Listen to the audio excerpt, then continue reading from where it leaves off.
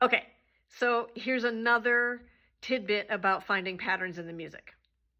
And you know that picture that we all saw as kids of that was the pencil drawing where if you looked at it one way, you saw a young woman, and if you looked at it another way, if you kind of shifted the way you looked, you saw an old woman. And you've seen other things like that, where it just by changing the way you're looking at the picture completely changes the picture. And patterns in music are the same way.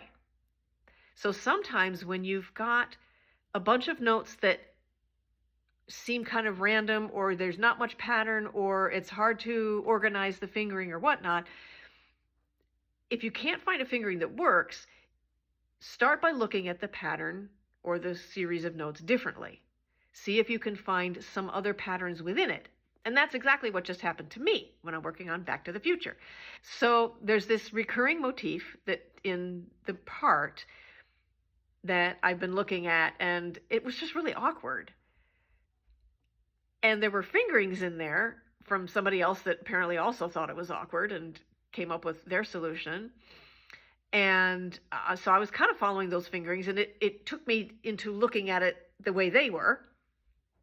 And then all of a sudden, just now, my mind went, shoop, and I went, oh my gosh, it is so much easier if you think of it a little differently. So let me show you what I mean. So here's the pattern. Let's see, where are we? So it's going back and forth there. So here's the pattern.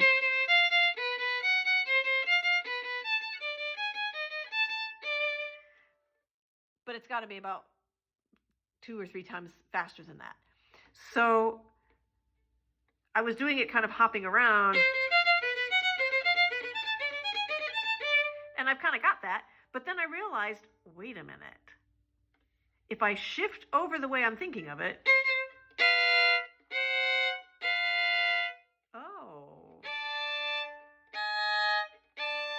So if you think of it as double stops, yes, which is what I was doing, but I was thinking of it one shifted over one. So now when I did it this way,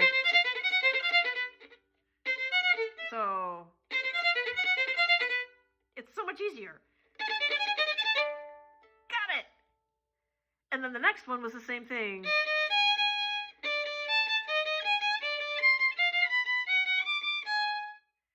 And the fingerings that are there, bless the person that was trying to figure it out. Wow, they've got some fancy dancy fingers if they can do that at quarter equals 160. Not me. So anyway, but I realized, oh,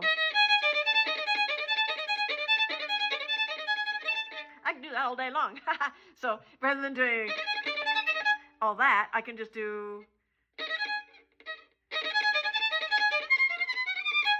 And then I got it. So keep that in mind, that sometimes when something feels really awkward and you've played it different ways and you've tried different fingerings, try looking at it a little differently, because it might just be a case where you just got to think of it a little differently, and then it pops into place.